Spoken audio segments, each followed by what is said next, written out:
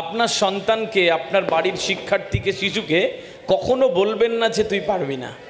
আমাদের ভারতীয় উপমহাদেশে কালচারটাই হয়ে গেছে যে তুই পারবি না। ও এক গ্লাস জল আনতে যাচ্ছে, একটা 5-এ পড়ার ছেলে বলছে পারবি না সর। ও রাস্তাটা পার হয়ে দোকানে 10টা ডিম আনতে যাচ্ছে, ওকে বলছে তুই পারবি না সর। ছাদে কাপড় তুলতে যাচ্ছে, আমরা বলে দিচ্ছি ওকে পাঠাচ্ছিস, ও তো পারবে না, ওকে সরা।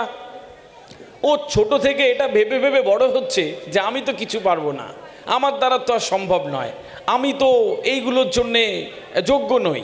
ও আত্মবিশ্বাসে ভাঙাচোরা একটা মানুষ তৈরি হয়।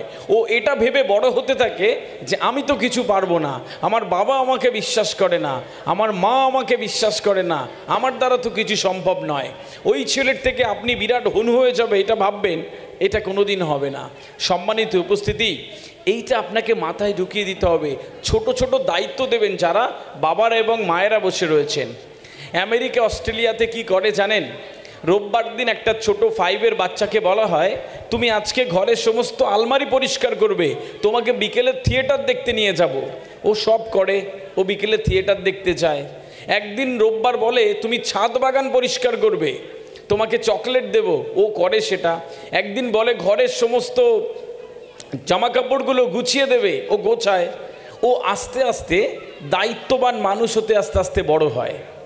বাচ্চারা দায়িত্ব নিতে পছন্দ করে, আর আমরা কেমন কেমন করে যেন দায়িত্ব দিতে অপছন্দ করি। সম্মানিত উপস্থিতি, পৃথিবীর সব মানুষ বদলাবে না, সবাই বড় হয় না, সফল হবে না। সবাই যদি সফল হতো তাহলে পৃথিবীর গতিপথ পাল্টে যেত, কিন্তু কেউ কেউ হবে। এখানে কোনো একজন বাবা বসে আছে, তার সন্তানের জন্য সে নতুন করে চিন্তা করবে। কোনো একজন মা এখানে নিশ্চয়ই বসে রয়েছেন, আজকের পর থেকে একটু পজিটিভ ট্রিটমেন্ট হবে আর ছেলেটা ভালো জায়গায় যাবে। কেউ না কেউ এখানে আছেন।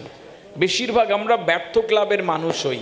আমি বিশ্বাস করি যে আপনারা প্রত্যেকেই এইটুকু কানে তুলবেন যে বাচ্চার মধ্যে একটা পজিটিভ আত্মবিশ্বাস তুলে দেবেন। এটা আমার এবং আপনার দায়িত্ব। সম্মানিত উপস্থিতি, একটু স্বপ্নটাকে গুঁজে দেবেন। এইটা দেওয়ার দায়িত্ব দেওয়ার সাথে সাথে কখনো বলবেন যে বাবা তোমাকে আমরা অনেক ভালোবাসি, আমি জানি তুমি জীবনে অনেক ভালো কিছু করবে। ওর আত্মবিশ্বাস আসে। কখনো এটা বলবে বাবা তুমি আমার ঘরে জন্মেছো, এটাতে আমি অনেক খুশি, আমি জানি তুমি অনেক ভালো কিছু করবে। বাবা এবার পরীক্ষায় 5 নাম্বার কম পেয়েছো, কিচ্ছু হবে না, পরের বার তুমি ভালো করবে। ও আত্মবিশ্বাসে টকবক করতে করতে শুতে চায়, আমার বাবা বলেছে আমি পারবো, আমার মা বলেছে আমি পারবো। ওর ভালো লাগার শেষ থাকে না, ও সকালবেলা উঠে পড়তে বসে। আর আমরা করি আগের দিন রাতের বেলা খাওয়ার সময় ওকে বলি রিক্সা চালাস, গরু চড়াস, তোর দ্বারা কিচ্ছু হবে না, পরের বার পরীক্ষায় পাস না করলে তোকে একটা ভ্যান কিনে দেবো। আর ও শুতে যায় ওইটা ভেবে ভ্যানই তো চালাবো, আমার আর কি হবে, আমি তো এটুকুই পারবো, ওই বলে শুতে যায়। আর আপনিও শুতে গেলেন, আপনার সন্তানও শুতে গেল, আর আপনি ভাবছেন ছেলে বা মেয়ে বিরাট হনু হয়ে যাবে, জীবনও হবে না। সম্মানিত উপস্থিতি, প্লিজ এইগুলো ভারতীয় উপমহাদেশে হয় না। পজিটিভ প্যারেন্টিং বলে একটা কোর্স করানো হয়। পৃথিবীর বড় বড় উন্নত দেশে বাবা মায়েদের জন্য আলাদা ক্লাস হয়, তারপরে সন্তানরা স্কুলে ভর্তি হওয়ার সুযোগ পায়। তো যা পড়ছে, যেটুক পড়ছে, ওইটাকে পজিটিভ ভাইবস দিয়ে দেবেন যে বাবা তুমি পারবে, আমি জানি। আপনাকে বলুক না, যে বয়সেরই মানুষ হোক, আপনাকে কেউ পিঠ চাপড়ে বলুক যে এখনো তুমি অত দূর যেতে পারবে, তুমি পারবেই, আপনার মধ্যে একটা আত্মবিশ্বাস এসে যাবে। আপনি কোথা থেকে কোথায় যাবেন চিন্তাই করা যায় না। আর আপনার ছোট সন্তানকে একবার বলে দেখুন না, ও কাহা সে কাহা তাক যাবে আপনি ভাবতেই পারবেন না।